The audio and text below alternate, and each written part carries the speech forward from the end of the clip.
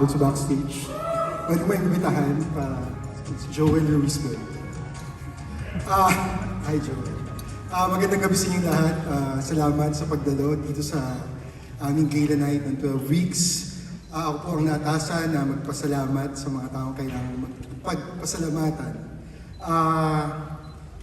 Isang malaking, sabi ng kaibigan ko na si Sherad Sanchez, isang mahusay na filmmaker at isa sa mga script consultants namin sa pelikulang to. Ang paggawa daw ng pelikula ay koleksyon ng mga trauma at totoong-totoo po yan sa paggawa ng isang Cinemalaya film. At kailangan din ng isang community or collective ng mga manggagawa ng pelikula para magsimula yung trauma na yun at yung proseso ay magsimula ng paghihilom. At yun isa yon sa dahilan kaya pinuduce ko po ang 12 weeks. Unang-una po, gusto kong pasalamatan, magbigay pugay kay Sir Ricky Lee, our national artist, for Film and Broadcast Arts. Hindi siya makakarating today kasi napagod siya sa book signing kanina. But instrumental siya sa pagbuo itong 12 weeks kasi si Sunshine, our director and filmmaker, ay produkto ng batch 14 at kaya po ako nandito ngayon kasi many years ago, kinakaladkad nila ako sa paggawa ng pelikula at ngayon nakaladkad na umikad. So overwhelming to be in the main theater of Cinemalaya. So pagpupugay po kay Sir Ricky Lee, gusto ko ding pasalamatan ang aking better half na si Danzen Santos, Katanyag. Kasama ko po siya, ang CEO and President of Digital Dreams. Wala siya ngayon kasi nasa Korea siya studying filmmaking. I would like to thank Reality Studios, si Direct Eric Mati and Stacy and Don Monteverde for supporting us. Hindi ko lang pa nandito na sila, so thank you Direct Eric. With Mothership and Light Shop for the support. I would like to thank Outpost, si John Tan and Erdine Tan for supporting our DCP. FDCP, thank you so much, and Great PH Films. Cinemalaya, I would like to thank you so much for bringing back this platform for new voices to break through the noise. Salamat kila Miss Vicky, Melissa, Liza, at si Rodel na kaagapay namin pa pangyari to. Sina Direct Luis, Direct Joey, Sir Chris Miliado, at dun sa bumubuo ng workshoppers, ng Cinemalaya Workshop, maklinik pa yung film, Direct June at Dan Villegas at marami pang iba. Maraming salamat po sa inyo. I would like to thank some of our sponsors, Skills Coffee, Kaping Balakas, Coco Tamura for giving us coffee during the hard days of shooting, Royal Enfield Bacoor, Glen and Bay Almeda, and Manila Pandesal, si Ruben at Raven. Thank you so much for the snacks. And of course, I would like to thank the mga taong bumubuo, the cast and crew and the producers of 12 Weeks. Give them a round of applause. Ayun, si Vance. So, salamatan ko. Si Jules Itanyag, di yata ako nakapagpakilala. I'm one of the producers. I would like to thank, step forward na lang and take a bow. Lexter Tadela, our line producer. Salamat sa pagiging mami ng production. Nauna ka, Blessy Scriptcon, Blessy, Rivera, at marami pang iba. So sila actor, talent coordinator, associate producer, so ganun po talaga ang indie film, many hats. Our co-producer, Pablo Villaluna, where are you? You're supposed to be here. Paolo, please come up. Dito ka, Paolo, kasi magpipicture. Ayun, may stairs doon. Thank you, Paolo Villaluna.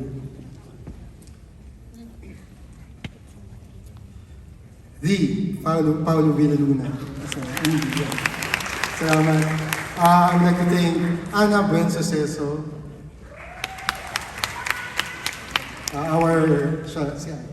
hindi pa kayo nagkakilala, our producer. My mother-in-law, Mami at Loli ng mga anak ko, si Zenaida Tarok Santos. I don't know if you're here already, but she's one of our producers too. Our assistant director, si Renz Estacio. Renz, artista din siya dito, ganun po talaga. Our location manager, Med Valentus. Med, please. Up on stage. Please, umakit ka dito. Hindi, marami kang ginawa pa. Nag-drive ka. ng picture vehicle, kahit hindi mo dapat ginagawa yan. Our sound designer, si Bebet Casas. Wala siya ngayon. Si soundman, Alex Tombok. Ay, Alex. Salamat. Saan ba? Naliligaw ako. Si our editor, Michael Lacanilaw. Hi, Michael. Production assistant, Vinny. Vinny Nicole, are you here? Please come up on stage. Our technical head and all-around guy, si Aljan Torres. Thank you, Aljan, from Digital Dreams. Yes. Our head wardrobe, si Simeon Guanizon. Dito siya. Simeon, kung nandito ka man, umakit ka sa stage. Anyway, yeah. Simeon, please. And his team, si Kim Angeles and Erwin Onzel, please come up on stage. Magpa-picture tayo. Our interns and tumulong sa marketing, si Gianna Hapasalem, Bianca Jayan, and si Arthur Guinness. Ika ba, guys? Thank you so much. And of course, our actors, si Pamilas, Direct Pamilas, Pamilas, si Mikey Lim, Claudia Enriquez, and of course, our new lead, si Vance na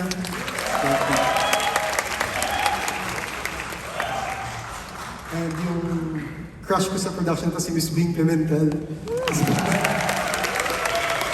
And of course, our lead actress, I would like to introduce Max Eigenmann.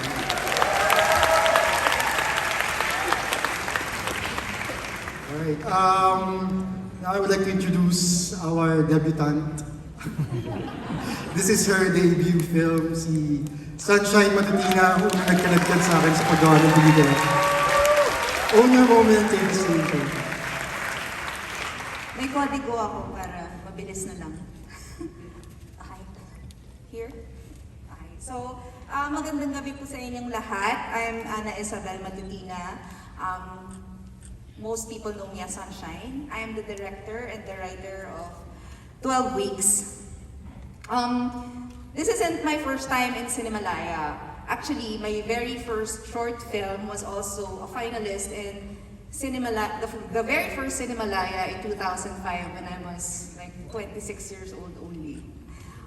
So it was just fitting for me to like have my first full-length film as a finalist in Cinemalaya as well, which I've always considered my home.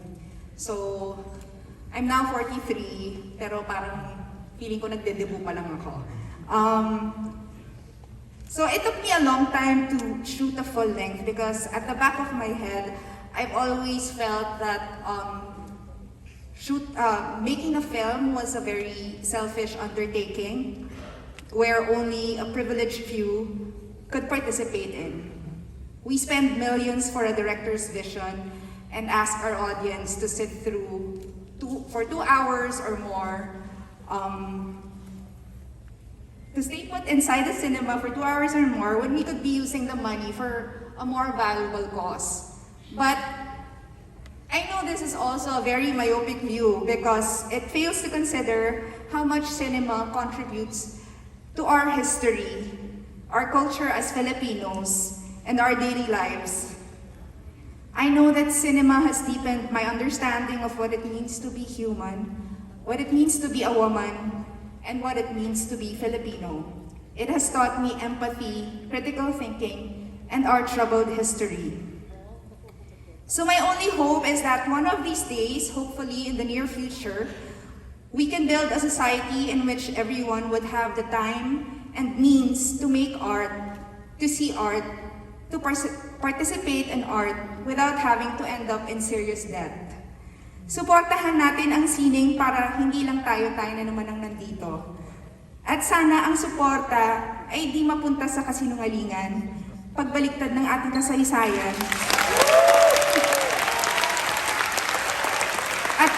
at pagpapabango ng pangalan ng isang pamilyang nagdulot ng matinding kahirapan,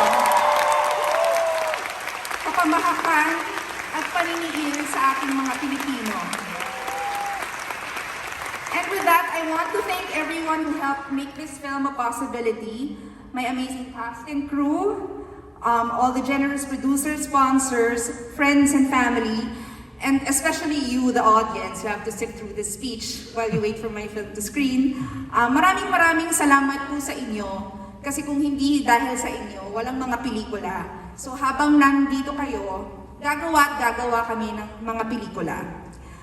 I also want to take this opportunity to condemn last night's arrest of Walden Velio, a staunch critic of the Marcos Duterte government, a former representative, and a proud activist who has been fighting for our rights since the first Marcos ruled our country with tyranny. This is only the latest in the continuing harassment of the government towards its critics, including journalists and artists. Sana po lahat ng artistang bayan ay patuloy na ipaglaban ang ating mga karapatan. Sabi nga ni Ed Cabagnot, na namimiss ko ngayon, this is the time for us to stand up and come up with braver films. But I also hope our fight will not be constrained within the four walls of the cinema. Mabuhay ang pelikulang Pilipino, mabuhay po tayong lahat. Kindly remain on stage for the next part of the program. We shall be presenting a certificate of recognition to the film's director. The certificate reads, the Cultural Center of the Philippines and Cinemalaya Foundation Incorporated present this certificate of recognition to Ana Isabelle Matutina, Director, 12 Weeks, Finalist, Full-Length Feature Film Competition, given this 9th day of August 2022 at the Tanghalang Nicanor Abelardo Cultural Center of the Philippines, CCP Complex, Ross Boulevard, Pasay City. Signed, Maria Margarita Moran Floyrendo, President, Cultural Center of the Philippines, Chris Bimeliado, Festival Director, Cinemalaya, Loris Guillen, President, Cinemalaya Foundation Incorporated, Jose Javier Reyes, Chairperson, Cinemalaya Competition, and Antonio O. Cuanco, Chairman, Cinemalaya Foundation Incorporated. To present the certificate of recognition, please welcome Cinemalaya Festival Director, Mr. Chris Bimeliado, and Cinemalaya Foundation Incorporated President, Ms. Loris Guillen.